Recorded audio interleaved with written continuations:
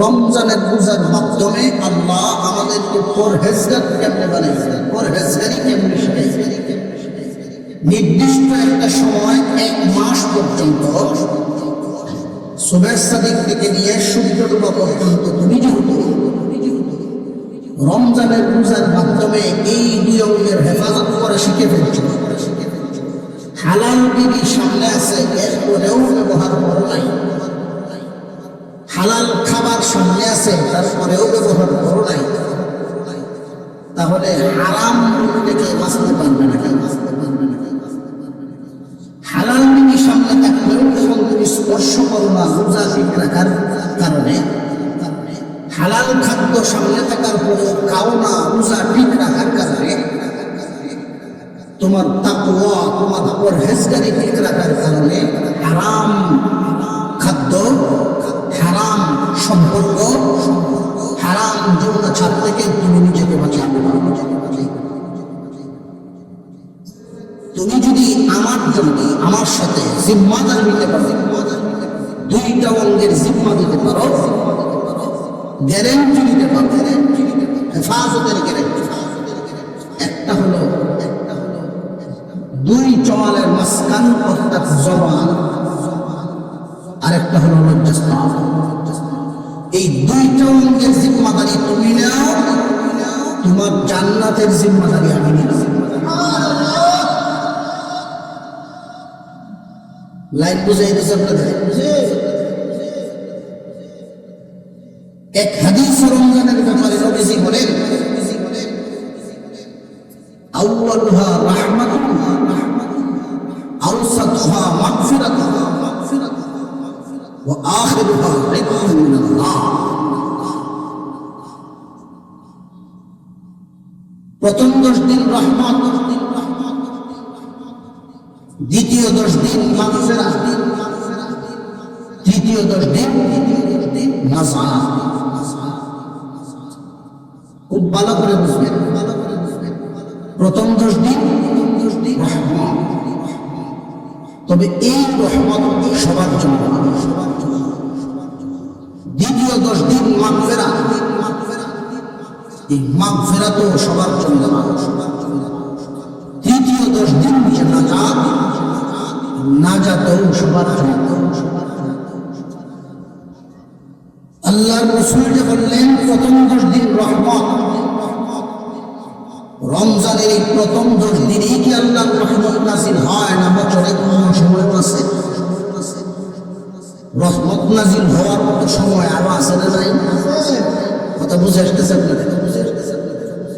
আল্লাহ কি রমজানের এই মাঝখানের 10 দিনই শুধু মাগফিরাত ঘোষণা দিয়েছেন, ক্ষমা ঘোষণা দিয়েছেন? বছরে আরো ক্ষমার দিন আছে না নাই? রমজানের শেষ 10 দিনই শুধু জাহান্নাম থেকে মানুষকে নাজাতের মুক্তি দেন, নাকি আরো দিন আছে? তাহলে আল্লাহর রাসূল এই রমজান মাসকে 3 ভাগে ভাগ করে কি বুঝাই, ওই বুঝতে আগে বুঝতে হবে। আল্লাহ পাক রব্বুল আলামিন বলেন রমজানের রোজাকে ফরজ করলাম যেন তোমরা পরহেজগার হতে পারো। সুদখোর রোজা রাখলো, সুদও চালু রাখলো, পরহেজগারি আইলো না আগের অভ্যাস বলল? কথা বুঝে আসতেছে? ঘুষখোর রোজাও রাখে, ঘুষও খায়, সে কি পরহেজগারির লাইনে আইলো না আগের মতোই রইল? আল্লাহ রমজানের রোজা দিছেন তারে পরহেজগার হল। যেই ব্যক্তি প্রথম 10 দিনের মাধ্যমে, প্রথম 10 দিনের মধ্যেই পূর্বের বদঅভ্যাস বাদ দিয়া তওবাকারী রোজাদার হতে পারে, ওই ব্যক্তি আল্লাহর রহমত প্রাপ্ত হয়। প্রথম 10 দিনে তওবা করতে পারে না, দ্বিতীয় 10 দিনে যদি তার মধ্যে অভ্যাস গড়ে ওঠে, তওবা করে ফেলে, যা করছে আর আল্লাহ পাক রব্বুল আলামিন তার জন্য মাগফিরাত ক্ষমা ঘোষণা করেন। দ্বিতীয় 10 দিনেও তার ক্ষমা ঘোষণা নিতে পারে নাই, 3 নম্বর অপশন দিয়েছেন, তৃতীয় 10 দিনেও সে তওবা করতে পারে, আল্লাহ তাআলা নাজাত দিয়ে দিবেন। কথা বুঝে আসতেছে? রোজাদার 2 প্রকার, এক প্রকার রোজাদার তওবাকারী রোজাদার, আরেক প্রকার রোজাদার তওবা না করলেও আগের অভ্যাস থাকতে হবে। এক হাদিসের মধ্যে নবীজি বলেন, যারা তওবাকারী রোজাদার হয় তারা হয়তো রহমতপ্রাপ্ত, মাগফিরাতপ্রাপ্ত, নাজাতপ্রাপ্ত। আর যারা তওবাকারী হতে পারে না তারা বুক ফিয়াসের কষ্ট ছাড়া কিচ্ছু পাবে না। পরহেজগারি আইলো না, আগের মতোই তার হালত আগের মতোই। এখন বুঝে আসতেছে? সমস্ত ফেরেশতাদের সর্দার সম্মানিত ফেরেশতা জিবরাইল আলাইহিস সালাম, সমস্ত ফেরেশতাদের সর্দার জিবরাইল আলাইহিস সালাম একটা প্রস্তাব করেছেন, আর সেই প্রস্তাবে একাত্মতা পোষণ করে আমিন বলেছেন সমস্ত সৃষ্টিকুলের সর্দার আপনার আমার নবী মুহাম্মদুর রাসূলুল্লাহ সাল্লাল্লাহু আলাইহি ওয়াসাল্লাম। হুজুর আকরাম সাল্লাল্লাহু আলাইহি ওয়াসাল্লাম 3 বার আমিন বললেন, আমিন আমিন আমিন। সাহাবায়ে কেরাম প্রশ্ন করলেন, হুজুর 3 বার আমিন বললেন, আল্লাহর পয়গম্বর বুঝায়া দিলেন, জিবরাইল আমিন উপস্থাপন করেছেন, প্রস্তাব পেশ করেছেন, আর আমি নবী সম্মতি দিয়েছি, আমিন বলেছি, আল্লাহ যেন কবুল করেন। নবীজি যদি আমিন বলেন, কবুলই নবী নবী করলাম, সন্দেহ আছে কোন? আল্লাহ নবীর জবান এমন এক জবান মুবারক, বলতে দেরি কবুল হইতে দেরি হয় না।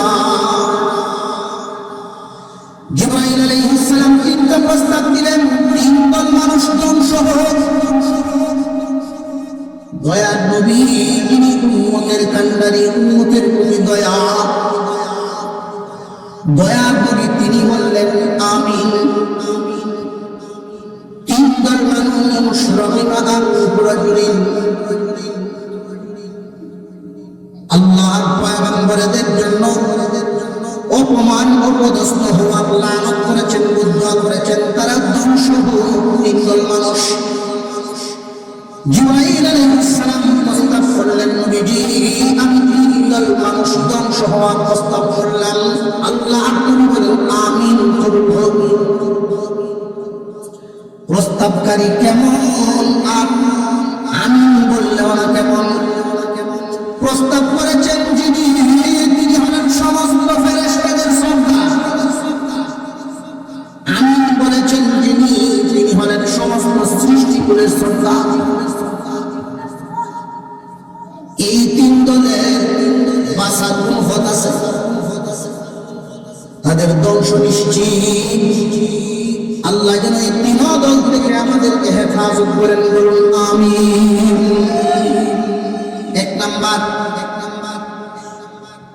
মা বাবার মতো এত দরদি পায়া যারা এদের সন্তুষ্টি অর্জন করতে পারে নাই। মা বাপ দুনিয়াতে পাইল, মা বাবার সন্তুষ্টি পাইল, মা বাপ পাইল, মা বাবার সন্তুষ্টি অর্জন করতে পারে নাই, তার ধ্বংস হোক। আল্লাহ আপনি বলেন আমিন, কারণ মা বাবা তো এমন দরদি, তারা খুব সহজেই সন্তুষ্ট হয়ে যায়। আল্লাহ রাসূল এক হাদিসের মধ্যে বলেন, মা বাবার সন্তুষ্টি তো আল্লাহ সন্তুষ্টি। মা বাবা অসন্তুষ্ট, তার উপরে আল্লাহ সন্তুষ্ট। আজকাল দেখা যায়, বেশিরভাগ ক্ষেত্রেই আজকাল দেখা যায় মা বাবা আছে 90% পরিবার, 100 মধ্যে 90টাই এমন। মা বাপ আছে কিন্তু কদর করা হয় না।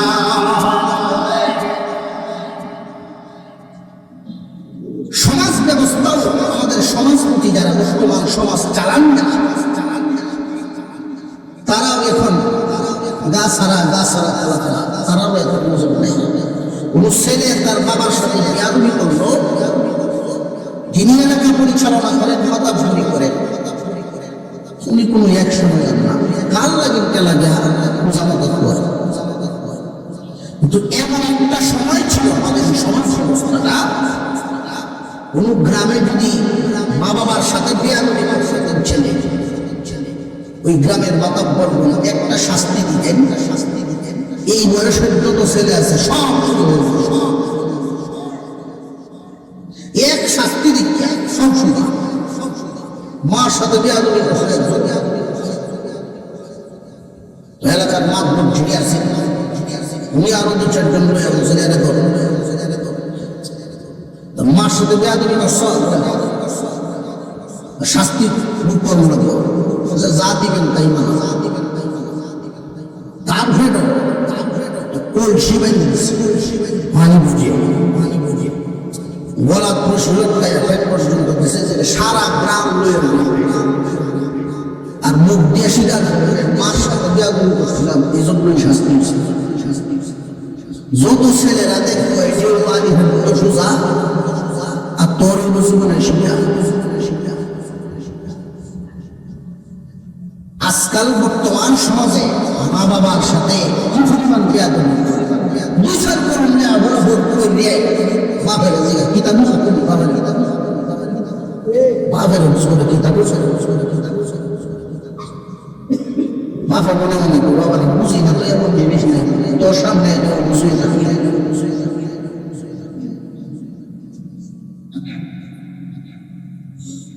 বাপ আলু ব্যস্ত গেছে ফসলের ভোট থেকে বসি 9টার দিক দিয়ে ছেলে বাপ এক বস্তা কত তাড়াতাড়ি তুমি আমার দেখো, আচ্ছা তো তুই আমি আপনার দিয়ে একটা চা খাই, বলে আপনার দিয়ে একটা চা খাই আয়া দেখে এক বস্তা আমি দিচ্ছি, আমরা ভালো ছেলে অল্প সময়ের ভিতরে বস্তা দিচ্ছে। এত তাড়াতাড়ি কেন দেখছস? ছেলের বাপ ব্যবসা ব্যবসা পাগল বাচ্চা বলো মালা খান করছস, কত মিলে বেচছস? 8 টাকা কেজি, ওটা 12 টাকা তো কি নাই আমার।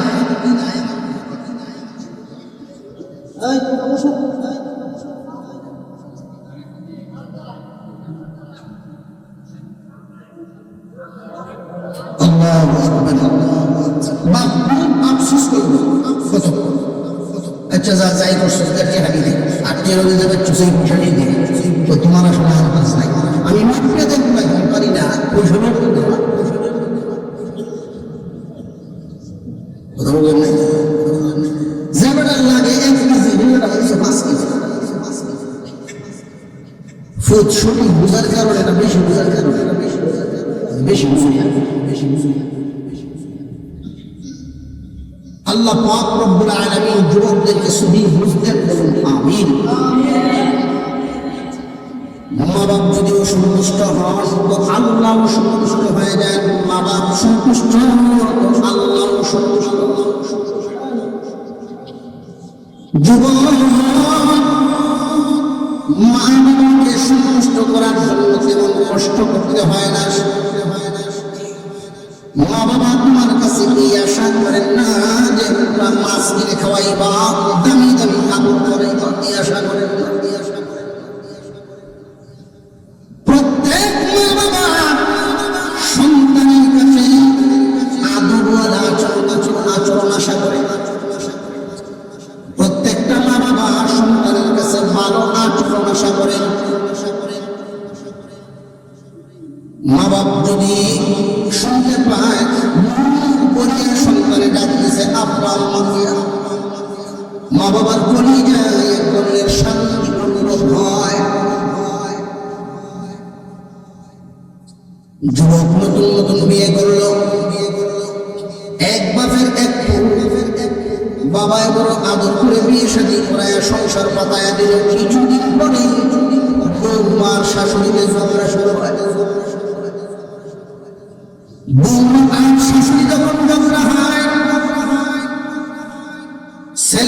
অল্প করলে পারবো। বেশিরভাগ ক্ষেত্রেই যদি এমন হয়,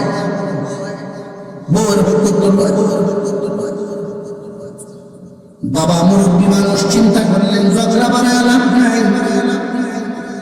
এই বাবার হাতের করা যেই ঘরটা, এই ঘরটায় দিয়ে দিল তাদেরকে।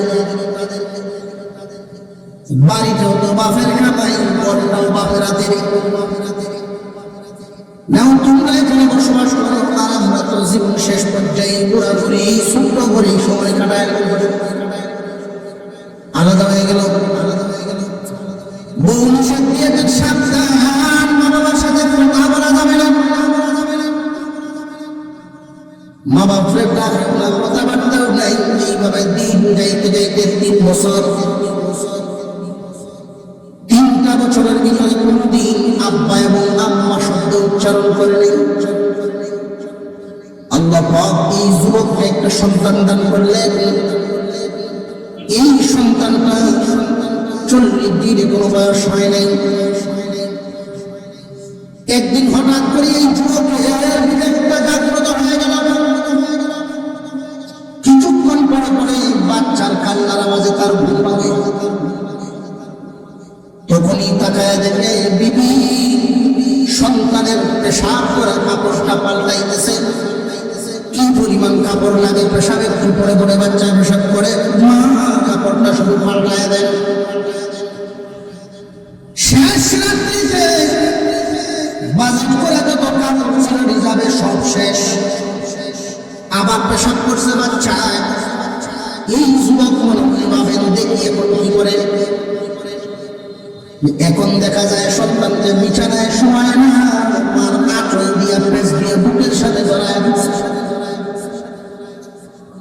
ঘুমন্ত বিবেক জাগ্রত হয়ে গেছে। এই ঘুমই তো আমার এইভাবেই আমাকে লালন পালন করছেন। আমি যেইভাবে ঘুমাইতে পারি না সারা রাত, আমার আব্বাও তো ঘুমাই নাই। আজকে আমি মা বাবার থেকে 3 বছর যাবৎ দূরের ডাক পর্যন্ত দিইনি। 3 বছর পর্যন্ত মা বাবার শব্দটা পর্যন্ত উচ্চারণ করি না। আস্তে আস্তে যুবক ছেলেটা বিছানা থেকে নামা শুরু করছে। বিবি ডাক দিয়ে বলে, স্বামী এখন তোরা সে দরজা কি ঘুমার ব্যবস্থা আছে? আমার জন্য কি দরজা একেবারে বন্ধ নাকি খুলতে পারি? দিয়ে দেখি বহু দেরি হয়ে গেছে, আমার বুঝতে অনেক সময় লেগে গেছে। এই যুবক আস্তে আস্তে ওই সূত্র করে দরজার সামনে গিয়ে ডাক দিয়েছে, আম্মা। যেই মাত্র একটা ডাক দিছে, দ্বিতীয়বার দেওয়া লাগে না। 3 বছর যাবত যে ডাকে না, কোনো অভিমান নাই। এমনি পুরাপুরি মা বাপ 2 জন একসাথে তাড়াহুড়া করে দরজা খুলে সামনে আছে।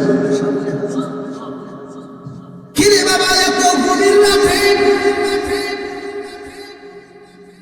কি ব্যাপার? 3 বছর যাবত ডাকতেছ না, হঠাৎ করে এই মুহূর্তে আম্মা করে ডাক মারছস। তোর কি কোনো বিভ্রম নাকি বাচ্চার কোনো সমস্যা?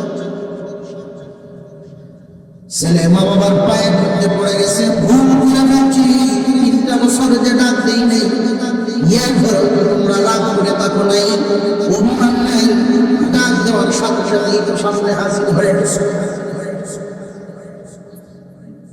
মা বাবার হৃদয় খুশি করা তেমন কঠিন নয়, অত্যন্ত সহজ।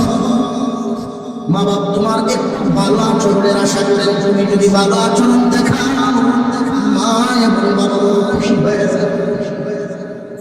মোটা দামি মাছ কিনে খাওয়াইলা, দামি কাপড় পরিধান করাইলা, কিন্তু আচরণ করো খারাপ, মা বাবার মন খুশি হবে না। মাতা পিতার সাথে আদব আচরণ করবা,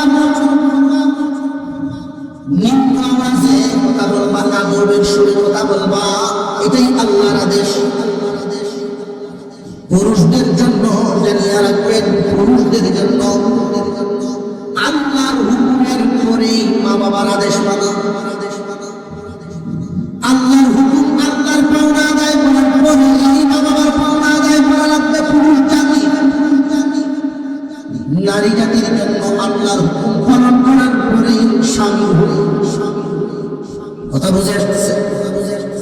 আল্লাহর হুকুম পালন করার পরে স্বামীর হুকুম পালন করবে তারা নারী।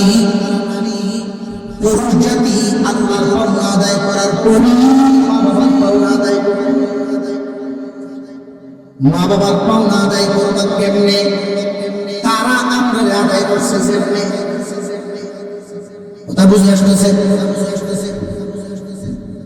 এই পাওনাটা আদায় করবো কখন? তারা বার্ধক্যে পৌঁছে যাবে যখন কোন মা বাপ সন্তানের কামাই খাওয়ার আশায় লালন পালন করে না। সন্তানকে লালন পালন করে, সন্তানের কামাই খাইব এই আশায় কিন্তু লালন পালন করে না। যে কেমনে বলেন আপনি? এর প্রমাণ লক্ষ্য করে দেখবেন, যদি কামাই খাওয়ার আশায় কেউ সন্তান ফালতো এই জাতের সন্তান কেউ ভালো বরং এই জাতের সন্তানদেরকে মা বাবায় আদরানো বেশি করে। এতে বোঝা গেল কামাই খাওয়ার আশা নাই। মা বাবা যদি অসুস্থ হয়ে বিছানায় পড়ে যায়, সন্তানের কাছে বিরক্তি লাগে। নিজের চোখে দেখা আমাদের পার্শ্ববর্তী বিশ্বগঞ্জে বাড়ি 4 বছরের একটা শিশু, ঢাকা শিশু সদর হাসপাতাল, ঢাকার যে শিশু হাসপাতালের সামনে এই 4 বছরের শিশুটাকে নিয়ে উনি পুরা সারা বছর 1টা বছর পর্যন্ত কাঁধে করে। বাচ্চার কিডনি দুটা নাই, দুটা কিডনি নষ্ট, এর পরে তার 1 আড়া সম্পদ এই বাচ্চার পিছনে রয়েছে। এই বাচ্চারে কাঁধে করিয়া ঘুরে শিশু হাসপাতালের সামনে ঘুরে চোখের পানি সারে কান দেওয়ার ভয়, যদি আমার সন্তান বাঁচে সম্পদ গেল আশা নাই, কষ্ট নাই, কোন কষ্ট নাই, আমার সন্তানটা যেন বাইকে থাকে। হাসপাতালের বারান্দায়, হাসপাতালের গেটে ঘুরে 1 বছর যাবত সন্তান জানিয়ে রাখবেন। মা বাবার পাওনা যদি আদায় করতে পারেন, তাদেরকে খুশি করতে পারেন।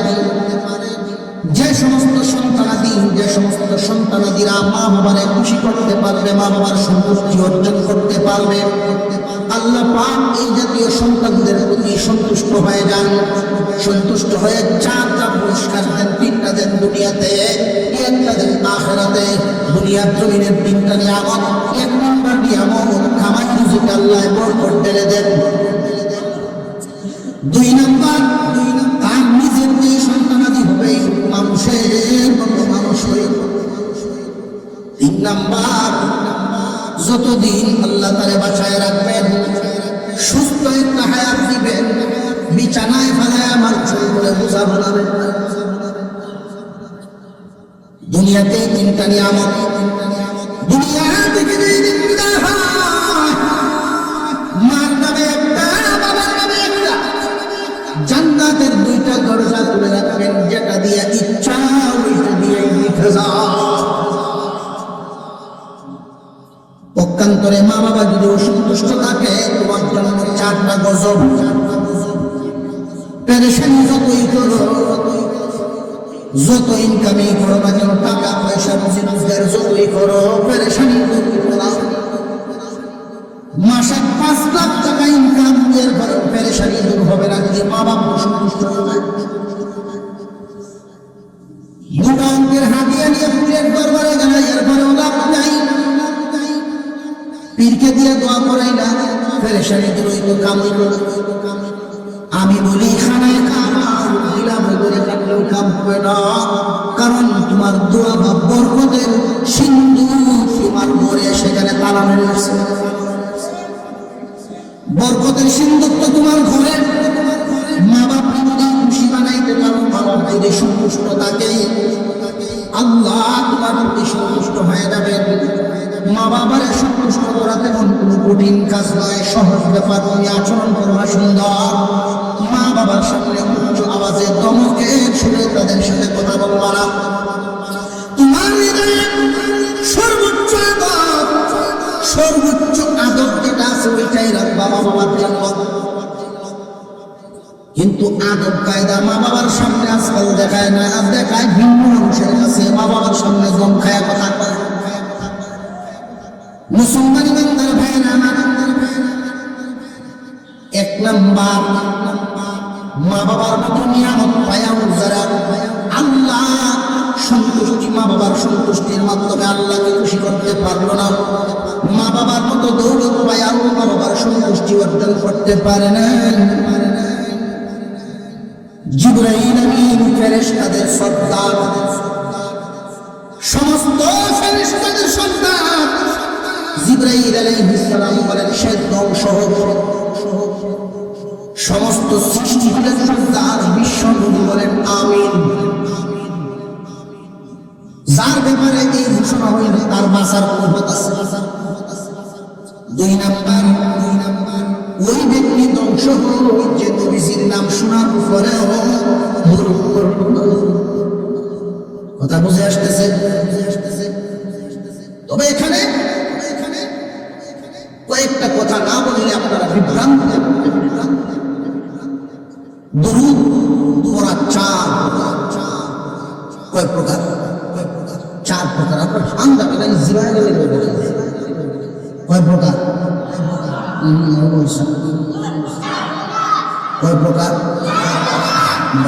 মন্ত্রীদের আওয়াজ মাসারে আমি যুবকরা জিজ্ঞাসা করছি।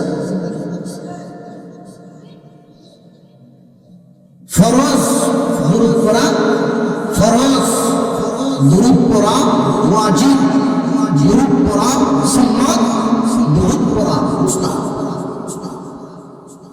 কয় প্রকার? 4 প্রকার। উম্মতে মুহাম্মাদী জীবনে একবার দুরূদ শরীফ পড়া ফরজ, জীবনে একবার পড়া, আর জোরে কর ফরজ। আল্লাহর রাসূল সাল্লাল্লাহু আলাইহি ওয়াসাল্লামের নাম শুনবে দুরূদ পড়া ওয়াজিব। রাসূলের নাম শুনবে দুরূদ পড়া ওয়াজিব। মুহাদ্দিসিন ওয়াল মুফাসসিরিন কেরাম একটা ব্যাখ্যা করেছেন। আজকে এই মাহফিলে আপনারা বসছেন, ওয়াজ শুনছেন। ওয়াজ শোনা ফরজ। ওয়াজ শোনা কি ফরজ? ওয়াজ শুনতে গিয়া আল্লাহর রাসূলের নাম বারবার আসতে পারেনি না?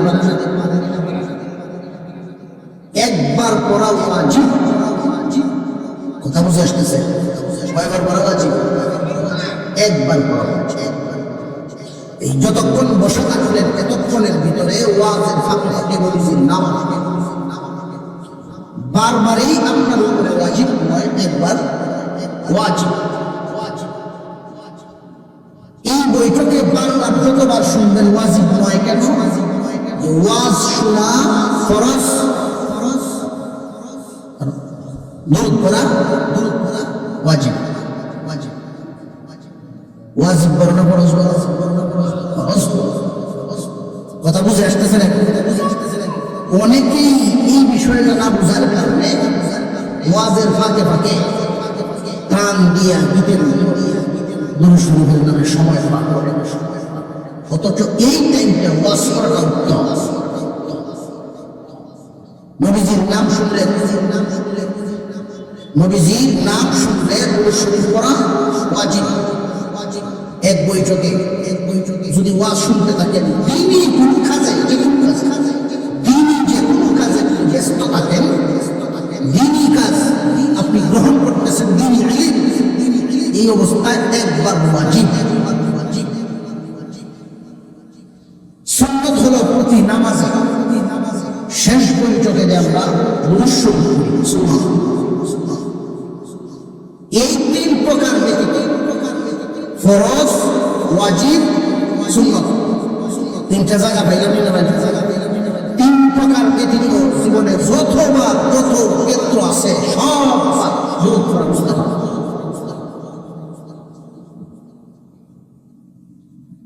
যেই ব্যক্তি আল্লাহর রাসূলের নাম শোনার পরেও দুরূদ পড়বে না, সে ধ্বংস হোক। জিবরাইল প্রস্তাব করেছেন নবীর নামে। এবার আসেন 3 নাম্বার যে দুনিয়া রমজান মাসের মতো বরকতপূর্ণ মাস পাইল, গুনাহ মাফ করাইতে পারল না, সে ধ্বংস।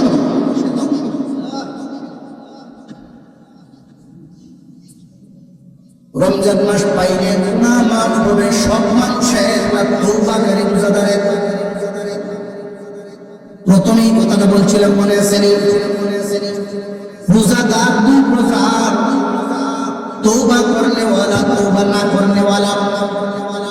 যে সমস্ত মানুষ রোজা রাখার পরে অতীতের সমস্ত গুনাহ করে তওবা করে ফেলে যে আমি তো পারি, হালাল বিবি আছে, হালাল বিবি সামনে আছে, এরপরেও যেহেতু ব্যবহার করতে পারি, ব্যবহার না করে থাকতে পারি, হারামটার দিকে না গিয়েও থাকতে, কথা বুঝে আসতেছে? হালাল খাদ্য সামনে আছে, এরপরেও তুমি যেহেতু কাউ নাই নিজেরা রাখতে পারো, এইভাবে অভ্যাস যেহেতু গড়ে উঠতেছে, এক মাস পর্যন্ত যখন তুমি এইটাই নিজেকে একটা অভ্যাসে পরিণত করলাম, দুইটা অঙ্গকে, একটা হলো লজ্জাস্থান আর একটা হলো জিহ্বা, জবান এবং লজ্জাস্থানের হেফাজত করা যেহেতু রোজার মাধ্যমে শিখে ফেলছো, অন্যায় পথে আর ব্যয় করবা না। নবীজি বলেন এই দুই অঙ্গের জিম্মাদারি তুমি গ্রহণ করো, তোমার দুইটা অঙ্গের জিম্মাদারি তুমি গ্রহণ করো, তোমার জান্নাতে নেওয়ার জিম্মাদারি আমি নবী গ্রহণ করলাম। এই দুইটা অঙ্গ হেফাজত করার অভ্যাস শিক্ষা হয় রোজার মাধ্যমে, এই দুইটা অঙ্গ হেফাজত করার অভ্যাস শিক্ষা হয় ইবাদতের মাধ্যমে, রোজার মাধ্যমে। সুবে সাদিকের আগ থেকে নিয়ে সূর্য ডোবা পর্যন্ত লম্বা এক সময় বিবির কাছে আছে, এরপরে ব্যবহার করো নাই, তোমার রোজা নষ্ট হবে বলে। হালাল খাবার তোমার সামনে আছে কিনা, এরপরেও তুমি খাবো না, রোজা নষ্ট হবে বলে। এইভাবে যে অভ্যাস করে উঠলো, ইবাদতের আশায় আল্লাহর হুকুমে যারা রোজা পালন করতে পারো, দুই অঙ্গ হেফাজত করতে পারো, এই অভ্যাস করে উঠার কারণে তুমি বান্দা পারবা। সুতরাং অতীতে যা করছো তওবা করে ফেলো, আর ওই দিকে যাবো না, অভ্যাস আমার হয়ে গেছে, আমি পারবো, এই দুই অঙ্গকে আর অন্যায় কাজে ব্যবহার করবো না। আল্লাহ পাক রব্বুল আলামিন তওবাকারী রোজাদারের জন্য আরেকটা পুরস্কার ঘোষণা করেন। এই পুরস্কারটা হলো শাওয়াল মাসের 1 তারিখ। শাওয়াল মাসের 1 তারিখ রমজান যখন শেষ হয়ে গেল, শাওয়ালের চাঁদ ওঠার পরে আমরা পরের দিন সকালবেলা ঈদগাহে যাই না যাই না? আল্লাহ পাক ডাক দিয়া বলেন, ফেরেশতারা রে, যে সমস্ত কর্মচারী তার মালিকের ডিউটি পালন করে, যে সমস্ত কর্মচারী তার মালিকের ডিউটি পরিপূর্ণ পালন করল, বলো দেখি মালিকের উচিত কি? ফেরেশতারা জবাব দেয়, আল্লাহ, মালিকের উচিত তার পারিশ্রমিক দেওয়া, মালিকের উচিত তার মজুরি আদায় করা। এবার আল্লাহ জিজ্ঞাসা করেন, ফেরেশতারা, আমি আল্লাহর চাইতে উত্তম মালিক আছেন?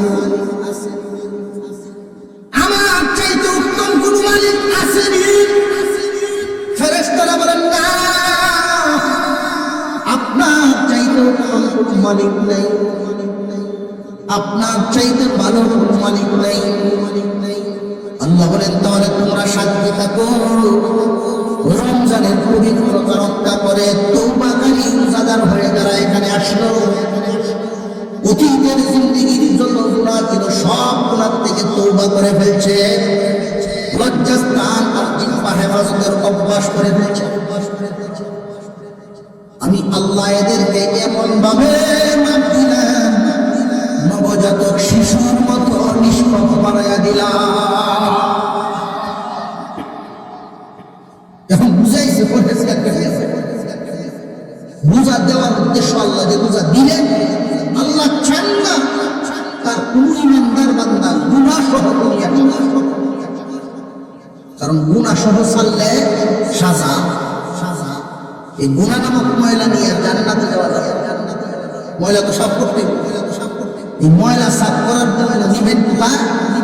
জাহান্নাম নামক আগুনে।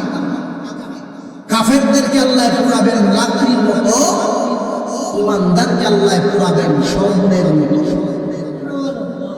লাকড়ি ঘুরাইলে কয়লা হয়, স্বর্ণ পাইলে গাড়ি হয়, খাত বাইরে।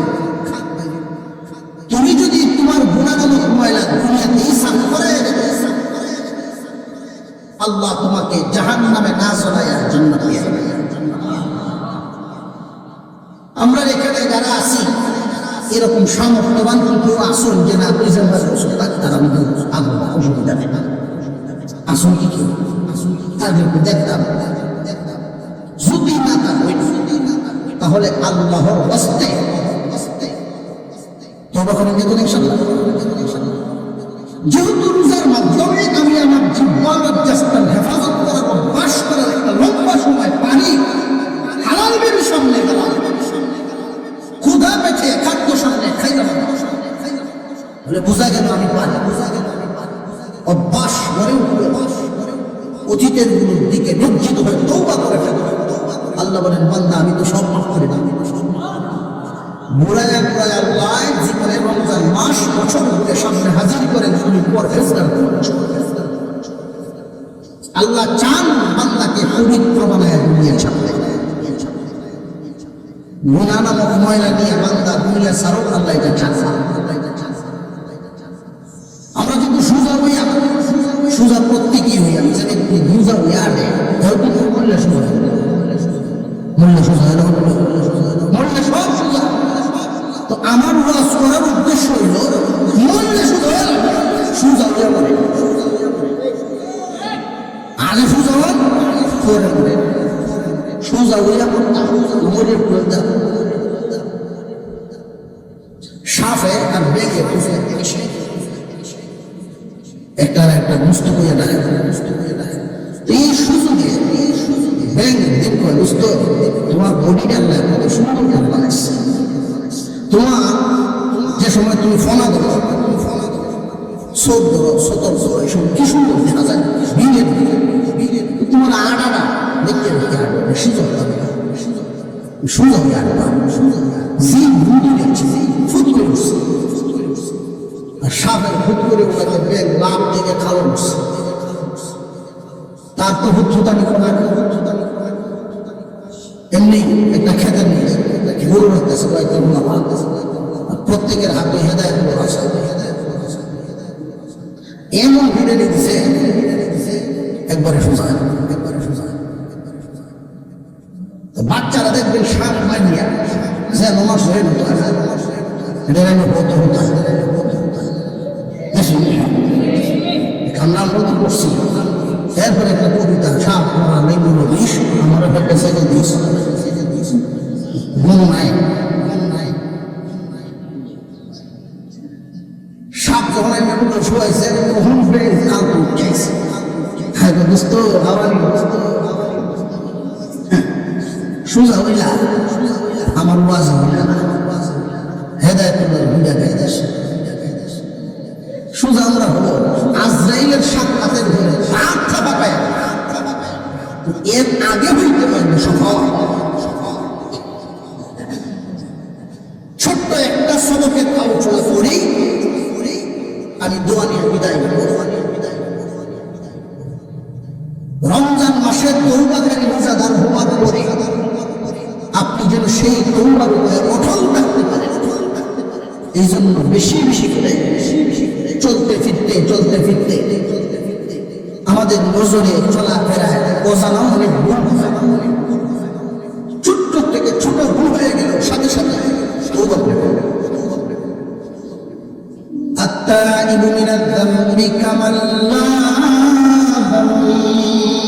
যামবা, যে ব্যক্তি তওবা করে আল্লাহ পাক তারা এমন ভাবে মাফ করেন যেন কোনো ভুলেই করে নেই। একটা কাপড় আপনি পরিধান করেন, যত দাম দিয়ে কিনেন ব্যবহার করলে ময়লা বন্ধুনির মতো দুনিয়ার বাজারে চলতে ফিরতে ময়লা লাগবে, কিন্তু এই ময়লা কাপড়টা যদি গড়ে কোনায় কেউ রাইখা দেয় থাকতে থাকতে এক সময় ব্যবহারের কোন উপযোগী হইল। বুদ্ধিমান তো সেই জন ময়লা বললে পরিষ্কার করে বলেছে, তোমাকে চতুর্দিক থেকে স্পর্শ করতে থাকবে আর তুমি তওবা করে পরিষ্কার করতে থাকবে। তওবার অনেক ধরনের দোয়া কিতাবাদিতে আছে, এর মধ্যে কেউ যদি একবারে ছোট্ট করে পড়েন যে আস্তাগফিরুল্লাহ আস্তাগফিরুল্লাহ আস্তাগফিরুল্লাহ, তার আল্লাহ মাফ করে দেন। বেশি বেশি করে তওবা করার মাধ্যমে জবানের দাম বাড়ে। কেমন বাড়াবাড়ে, কেমন বাড়াবাড়ে, আল্লাহু আকবার। আমরা যারা দাঁড়ায় আছি ভিতরে আপনারা যখন এগুলো দাঁড়ায় দেখেন আমরা ভয় করে, কারণ বলা যায় না কিছু নাই। এই দিক দিয়ে দেখেন অনেক ফাঁকা জায়গা আছে, বিশেষ করে যুবক ভাই যারা তোমরা কিন্তু পিছনে ঘুম দিই সেটা আল্লাহ তাআলা এই মাহফিলকে কবুল করেন, বলুন আমিন। ওনার রব্বানি ভাই আল্লাহ ওনার দিনের ভিতরে, দিনের মহব্বত দিনের ভিতরে আল্লাহ দান করছেন, তার রাসূলের প্রতিষ্ঠান করাইছে। দেখলাম পাগড়ি প্রদান হাফেজ হয়ে গেছে। তাওরাত, ইনজিল, আসমানি কিতাব, এগুলো আল্লাহ নাযিল করছেন, এগুলো পরিবর্তন হয়ে গেছে। কোরআন আল্লাহ নাযিল করছেন, পরিবর্তন হয় নাই, হবে না। ওইগুলো পরিবর্তন হইল, কোরআন পরিবর্তন হইত না। কেন? যেটা ওইগুলো আল্লাহ নাযিল করছেন কিন্তু হেফাজতের জিম্মাদারি দেন। কোরআন নাযিল করছেন তিনি, হেফাজতের জিম্মাদারি নিয়েছেন তিনি। আল্লাহ যদি হেফাজতের জিম্মাদারি নেয় রাসূলের কিতাব নাই আছে। আল্লাহু আকবার, আল্লাহু আকবার।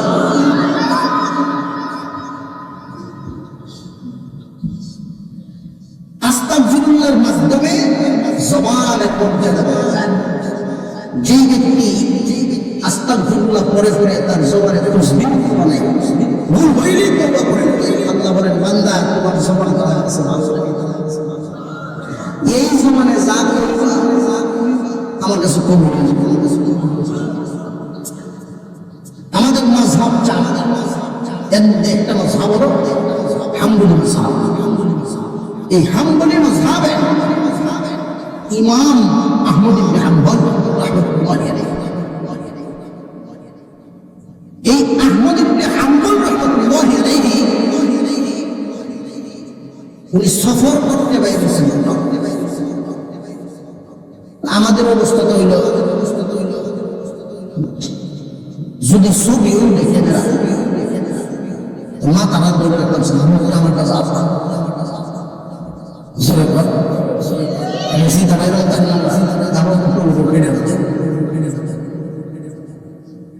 এলাকার মানুষের সাথে না মাছ গেছি মাথা ভাই মাছ।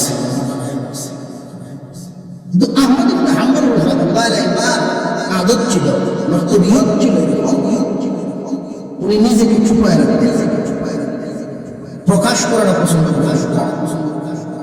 সফর করতে করতে এমন এক এলাকা গেছেন কেউ ছিলেন না। আহমদ ইবনে হাম্বল রাহমাতুল্লাহ আলাইহি এশার নামাজ পড়ছেন একটা গ্রামের মসজিদে। এশার নামাজের পরে মুসল্লি আস্তে আস্তে বাইরে গেছে। মুয়াজ্জিন সাহেব বলেন সবাই বাইরে হন, দরজা বন্ধ করে দিন, তালা লাগায়। ওনার মনে মনে আসেন যে মসজিদের একটা তালা লাগায় শুনবি তখন জানা। উনি যদি আমার পরিচয়টা দেন যে মুয়াজ্জিন জীবনে খারাপ থাকবো, খেদমতের কোনো শব্দ ইয়ে দেন না। উনি শুধু জিজ্ঞাসা করছেন এমন জায়গা আছে কি যে সারা রাত মানুষ সজাগ থাকে, মানুষের আনন্দ আছে, এরকম একটা জায়গা আছে আপনাদের এই এলাকায়, আমি একটা টাকা দিলাম। সেটা এখান থেকে প্রায় 5 মাইল দূর হবে একটা বাজার আছে। সোজা হাঁটা শুরু করছে, শীতের রাত 5 মাইল ঠেকছে। আমাদের বুজুর্গ তাদের যে তবিয়ত ছিল, আল্লাহ যেন আমাদের মধ্যে এগুলো সেই গুণগুলো কিছু হলে আল্লাহ আমাদেরকে দান করে। শীতের মধ্যে ওই বাজারে গেছেন, কাঁপতেছেন, গিয়ে দেখেন একটা রুটি বাজতেছে, মানুষ আসা যাওয়া করে স্টেশনের মতো। আগুন যেহেতু জ্বালা দিচ্ছে, বাসায় চূড়াটার কাছে গিয়ে দেখেন যে কারিগর ছেলেটা যুবক মানুষ, তবে মুখে দাঁড়িয়েছে, টুপি মাথার দেবটা উনি বলেন, বাবা রে, তোমার এখানে কি আমি একটু বলতে পারি? আনতে পাই না। যুবক ছেলে, দিনদার ছেলে, মুরব্বীর কদর করবো না, মুরব্বীদের কদর একটা জল চোখে আনতে দিয়েছে উনি বসে আগুনটা পেয়েছে। আর একটা দৃশ্য দেখতেছে। কি দৃশ্য? যে এই ছেলেটার কাজটা রুটি হলো কখনো বানায়, গায়ে বানায়, জমানে আস্তা রুটি যখন বানায় তখন আস্তা করে, এই রুটিটা যখন দেয় তাহলে তখন আস্তা করে। আহমদ ইবনে হাম্বল রাহমাতুল্লাহি আলাইহি খুব নজর দিয়ে দেখতেছেন, মনে মনে ভাবেন, ওরে তোমার জবান তো আল্লাহর কাছে দামি। একসময় উনি বলেই ফেললেন, রে বাবা, তোমার আমল কোনো ভালো নয়। তওবা করার মাধ্যমে আল্লাহ বান্দার জবানের মর্যাদা বাড়ায় দেন। তুমি যে আস্তাগফিরুল্লাহ জবানে পড়ো, কাজও করো, জবানে আস্তাগফিরুল্লাহ করো। ওই হুজুর আস্তাগফিরুল্লাহ করতে আমার ভালো লাগে, আমি অনেকদিন যাবত আমল করি, ফলে আল্লাহর কাছে আমি দোয়া করেছি, সব দোয়া কবুল হয়ে যায়। আমার একটা আশা বাকি আছে, একটা দোয়া এখন কবুল হয় নাই। আহমদ ইবনে হাম্বল বলেন, আমি তোমার বাবার বয়সী মানুষ, আমি দোয়া করবো, কোন দোয়া কবুল হয় নাই আমার কাছে বলো, আমিও দোয়া করবো। এই যুবক কয়, আমি আল্লাহ তাআলার কাছে দোয়া করেছি, আল্লাহ দুনিয়া থেকে বিদায় হওয়ার আগে জামানার শ্রেষ্ঠ আলেম আহমদ ইবনে হাম্বলের চেহারাটা দেখায়। দুলালে বসা সিমন্দার হয়ে গেছেন।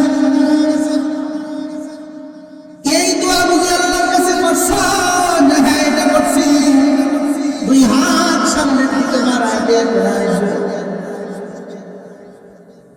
আইরে যুবক, আল্লাহ ওই গ্রাম ঘুরায় পাঁচ হাঁটায় আমারে তোমার দোকানের সামনে গিয়ে মানছেন করে দিচ্ছে। আল্লাহ রাব্বুল আলামিন তওবাকারীর জবানের মর্যাদা এইভাবে বাড়ায়া দেয়। আহমদ ইবনে হাম্বল বুকের সাথে জড়ায় কয়ে, যুবক রে, তোমার এই দোয়া কবুল হয়ে গেছে। আমি আহমদ ইবনে হাম্বল বেশি বেশি করে তওবা করবে, বিশেষ করে রমজান মাসে তওবাকারী রোজাদার। একদল তওবাকারী রোজাদার আর একদল তওবাকারী নয়, আগের হালতের উপরে থাকবে। তাদের উপবাস থাকার ফায়দা ছাড়া, উপবাস থাকার কষ্ট ছাড়া, মুফতিয়াসের কষ্ট ছাড়া কিচ্ছু হবে না। আর যারা তওবাকারী রোজাদার হতে পারে, প্রথম 10 দিনের ভিতরে তওবাকারী হয়ে গেল, তারা রহমত প্রাপ্ত হবে। তাদের জন্য প্রথম 10 দিন রহমত। নবীজি যে বললেন, রমজানের প্রথম ভাগ রহমত, মাঝখান মাগফিরাত, শেষ ভাগ নাজাত। বছরে এরকম বরকত বলা রহমত নাজিল হয় বছরে, আরো আসে না নাই? মাগফিরাত আছে না নাই? নাজাত আছে। নবীজি ভাগ করলেন কেন? মুহাদ্দিসিনে কেরাম বলেন, রোজাদারকারী রোজাদার, তওবাকারী রোজাদার, তওবাকারী নয় এমন রোজাদার। যারা তওবাকারী রোজাদার প্রথম 10 দিনে এগুলি তওবাকারী তওবা করে ফেলে, যে আমি পরহেজগারের পথে হাঁটা শুরু করে দিলাম, আর এই রোজার থেকেই আমি পরহেজগার নাই। আল্লাহ বলেন, তোমার জিন্দেগিতে গুনাহ থাকুক, আমি আল্লাহ আমার গুনাহ মাফ। আল্লাহ তাআলা যেন আমাদেরকে আমলের তৌফিক দেন, বলুন আমিন। আজকের এই মাহফিলকে আল্লাহ কবুল করেন, বলুন আমিন। কোরআন হেফাজতের মাদ্রাসা, কোরআন হেফাজতের কোরআনুল কারীম নাযিল হওয়ার থেকে শুরু করে অদ্যাবধি পর্যন্ত একদল মানুষ কোরআনের পক্ষে, আরেকদল কোরআনের বিপক্ষে। আছে না নাই? একদল কোরআনের পক্ষে, আরেকদল বিপক্ষে। যারা কোরআনের পক্ষে অবস্থান নেন, আল্লাহ ফেরেশতাদেরকে বলেন, ও ফেরেশতারা, কোরআন নাজিল করছি, আমি হেফাজতের জিম্মাদারি নিয়েছি। জমিনে তো দেখা যায় একদল মানুষ আমার কালামের হেফাজত করে, কোরআন হেফাজতের কাজ করে। তোমরা সাক্ষী থাকো, এদের মর্যাদা বাড়ায়। কেমন বাড়ানো বাড়াবেন? কিয়ামতের কঠিন ময়দানে আল্লাহর কালাম, এই কোরআনের সাথে সম্পৃক্ত ব্যক্তিদের জন্য আল্লাহ সুপারিশ।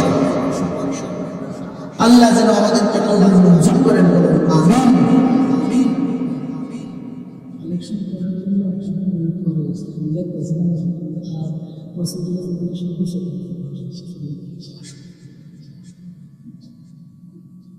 হাসরের মাঠ যখন কায়েম হবে,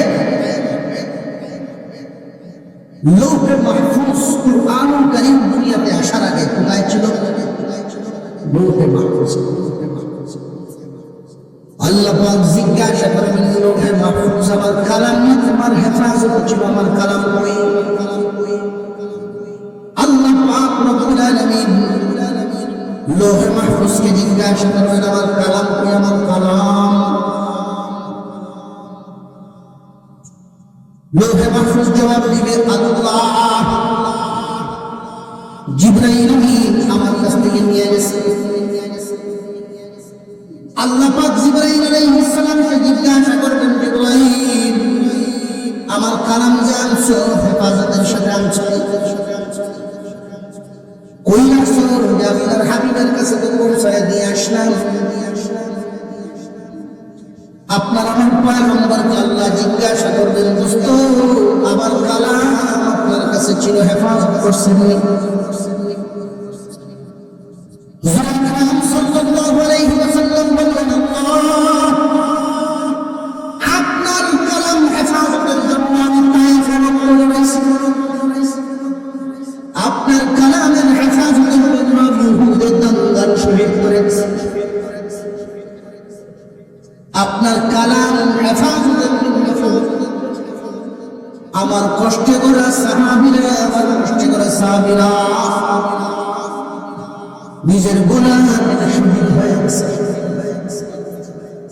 এখন আমার কালাম কই? যে আপনার কালাম আমার উম্মতের হেফাজতের জিম্মাদারিতে দিয়েছে। আল্লাহর রাসূলের উম্মত যদি দাবি করে, তাহলে কোরআন হেফাজতের জিম্মাদারিতে শামিল হবে। আল্লাহর রাসূলের উম্মত যদি দাবি করতে হয়, কোরআন হেফাজতের জিম্মাদারি হবে। আল্লাহ পাক জিজ্ঞাসা করবেন, আমার দোস্ত হাবিব আমার, আপনার উম্মতেরা কি আমার কালামের হেফাজত করতে পারছে যথাযথ?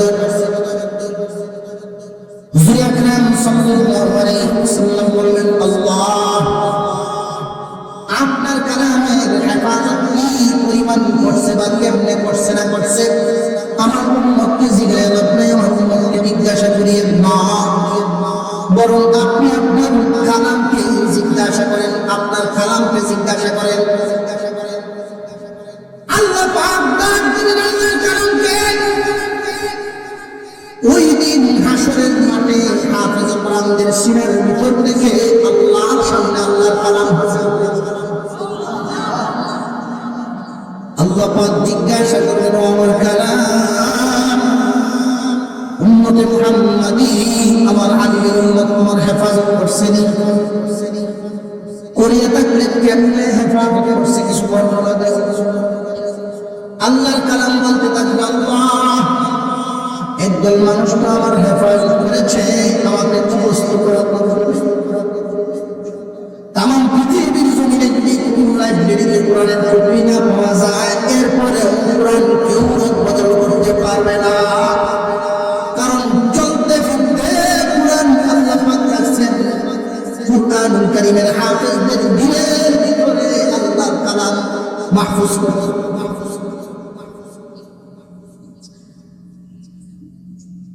একদল মানুষ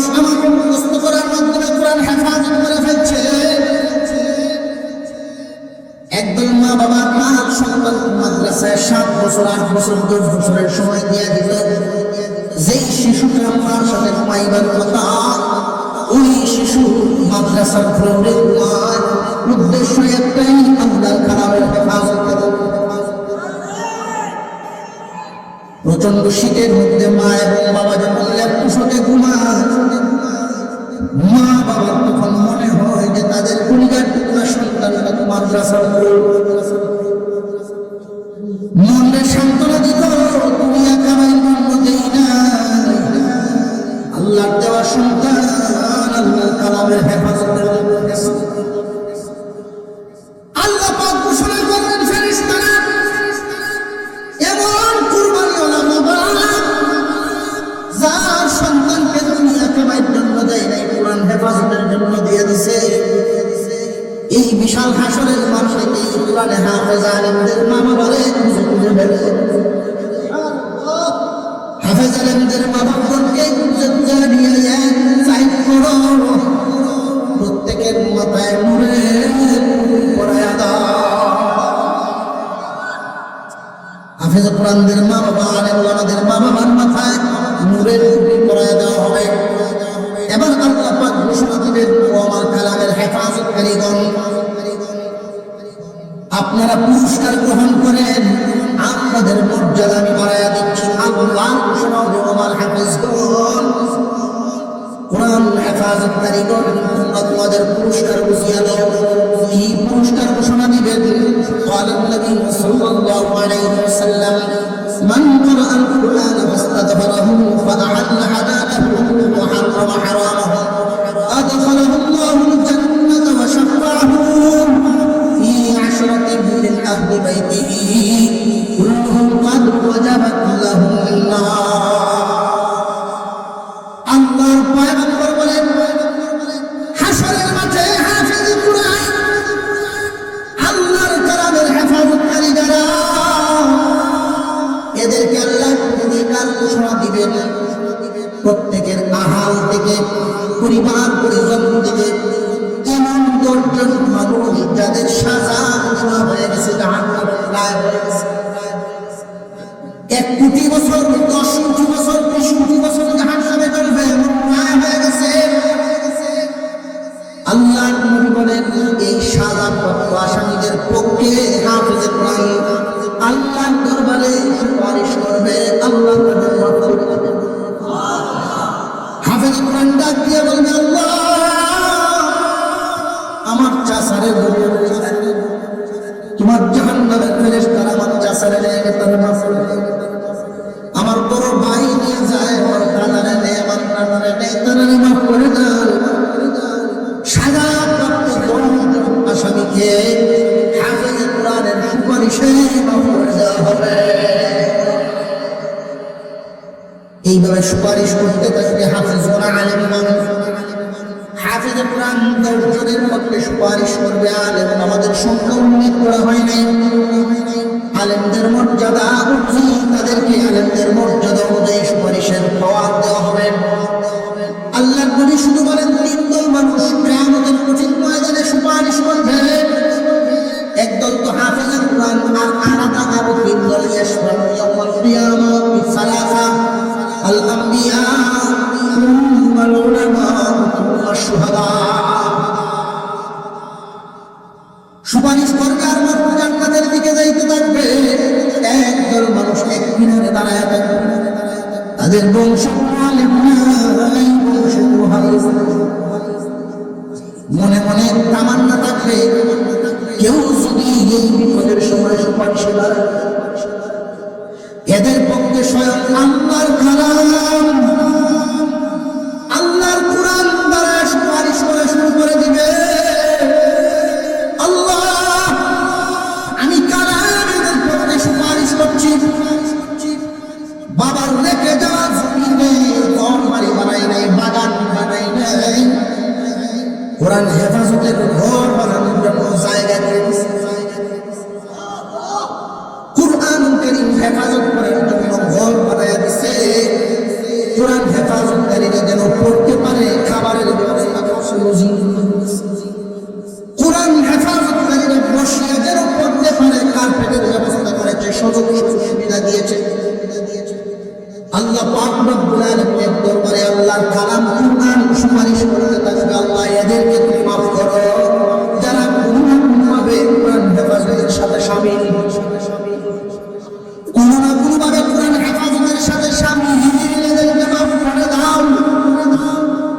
বলবেন এদের আমল নামায় অনেক বড় বড় গুনাহ, অনেক বড় বড় গুনাহ এদের আমল নামায়।